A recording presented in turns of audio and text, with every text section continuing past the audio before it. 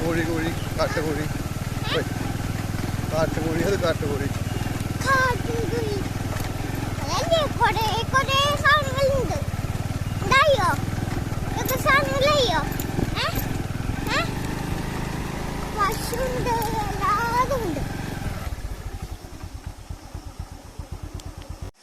അപ്പം നമ്മളിന്ന് വന്നിട്ടുള്ളത് തൃശ്ശൂർ ജില്ലയിൽ വാഴാനി ഡാമിൻ്റെ അടുത്ത് ചെറിയൊരു ചെക്ക് ഡാമുണ്ട്, പേരാപ്പാറ ഡാം എന്ന് പറയും.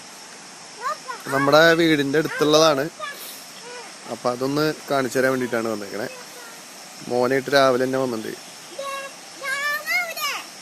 ഇതാണ് ഡാം.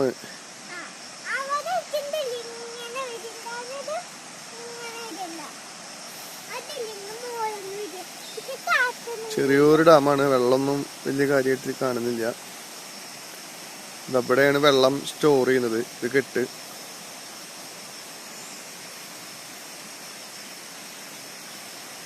നല്ല ഭംഗിയാണ്.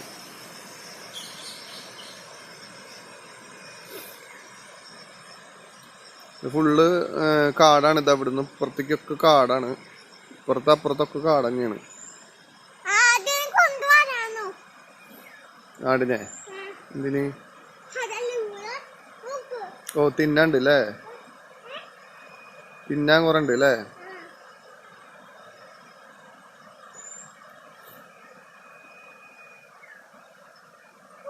നമുക്ക് താഴത്തേക്കൊന്ന് ഇറങ്ങി നോക്കാം. നല്ല വഴുക്കലുണ്ട്, സൂക്ഷിച്ചിറങ്ങണം.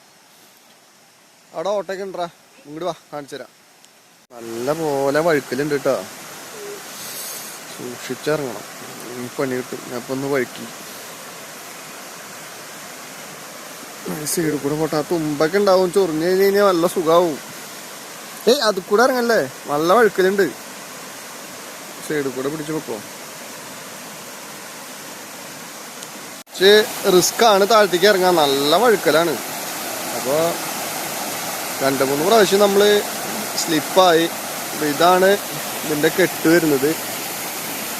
ചെറിയൊരു ഹോള്, അതിൽ കൂടെ ഇങ്ങനെ വെള്ളം.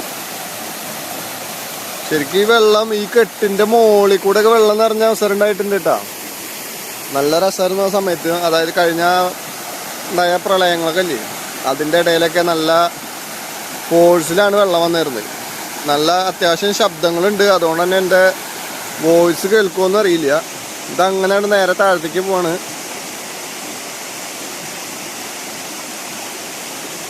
നല്ല ക്ലൈമറ്റ് അടിപൊളിയാണ്, കാണാൻ നല്ല ഭംഗിയാണ്.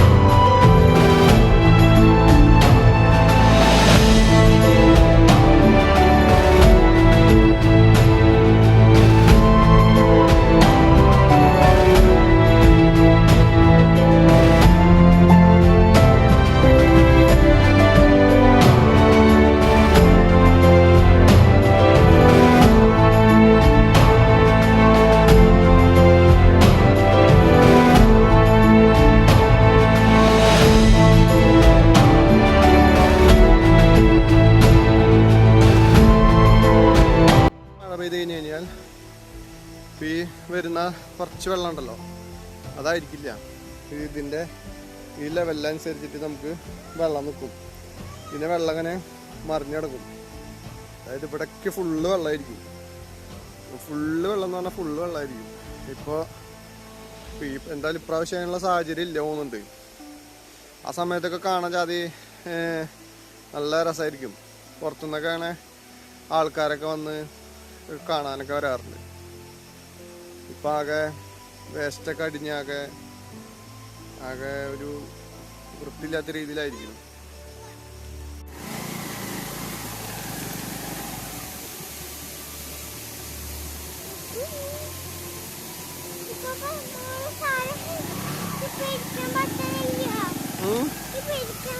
നിലത്തിക്കടല്ല കേട്ടാ.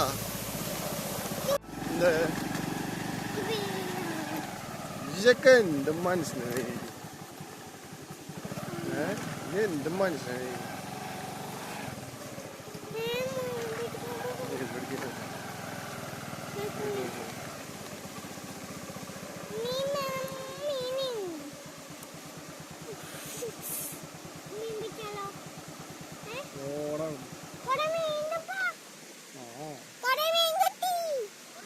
ഇതെന്ത് മീനാ വിളിച്ചേട്ടാ?